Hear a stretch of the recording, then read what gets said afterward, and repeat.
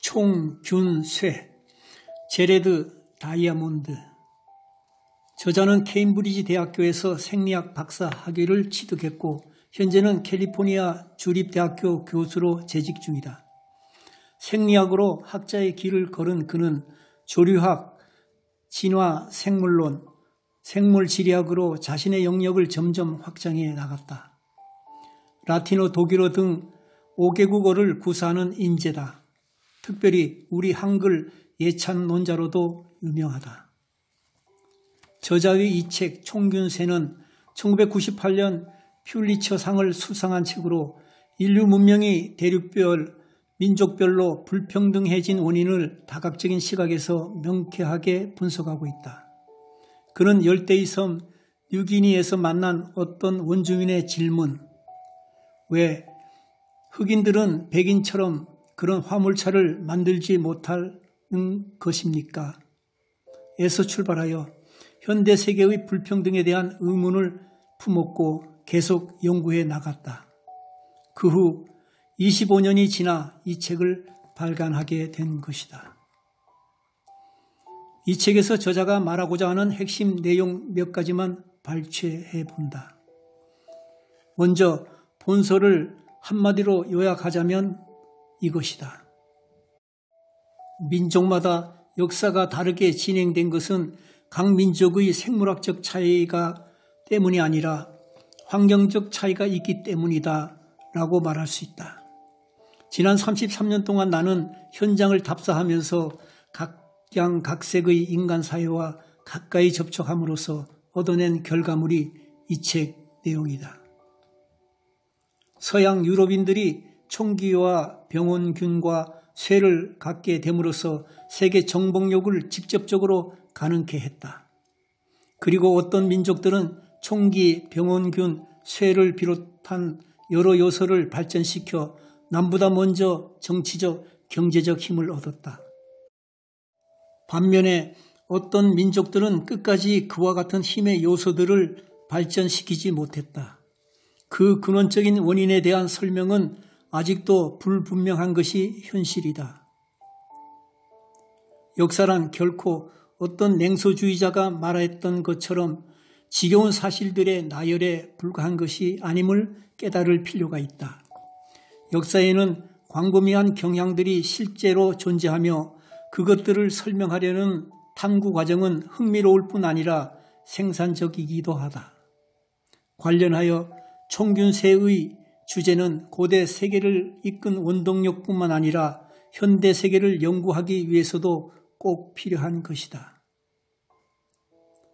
유럽인이 신대륙을 식민지로 만든 직접적인 원인에는 총기, 쇠무게, 말 등을 중심으로 한 군사기술, 유라시아 고유의 전염병, 유럽의 해양기술, 유럽 국가들의 중앙 집권적 정치 조직, 그리고 문자 등이 있다.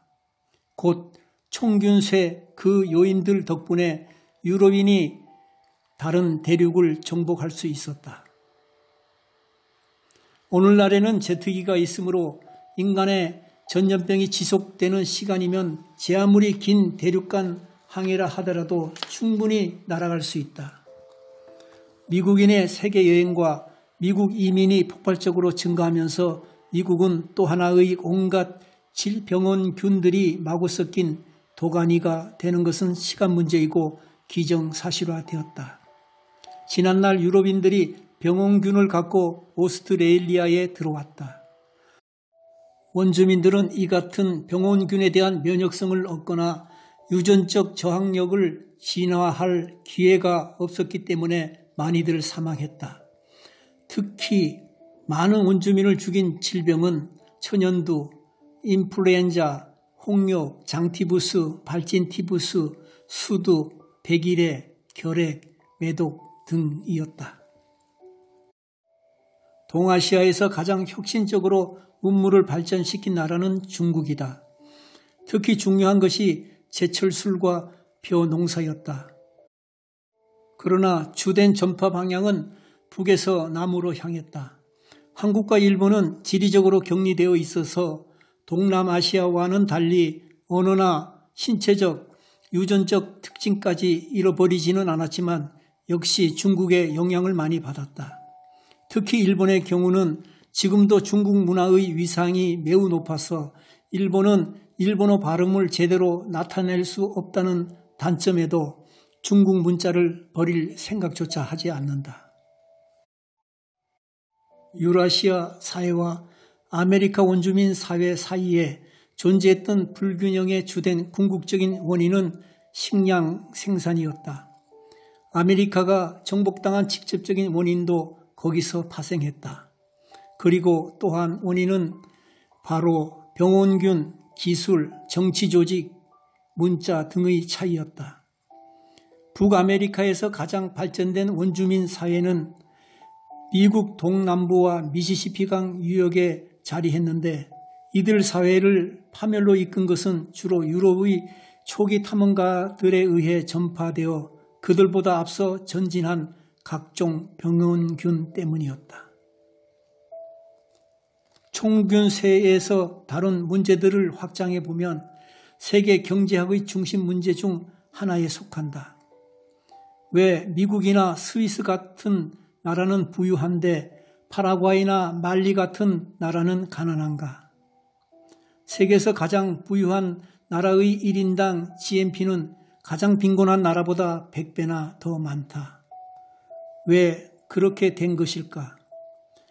가장 확실한 답 하나는 그러한 경제적 불균형이 부분적으로 인간 제도의 차이에서 기인한 점이다. 즉, 효과적인 법률 체계와 계약 집행, 사유재산권의 보호, 부패의 부재, 무역과 자본의 개방성, 투자를 위한 장려 등이다. 총균세에서 나는 오늘날 새로운 권력으로 떠오르는 나라들은 여전히 식량 생산을 근거로 지배한 오래된 중심지로 수천 년 전에 통합되었거나 그곳 사람들이 다시 살게 된 곳들이라고 밝혔다. 농업이나 도시 사회의 역사가 오랜 지역에 세워진 나라들은 다른 변수들을 통제한 뒤에도 역사가 짧은 나라들보다 1인당 국민 총생산이 좀 더 높았다.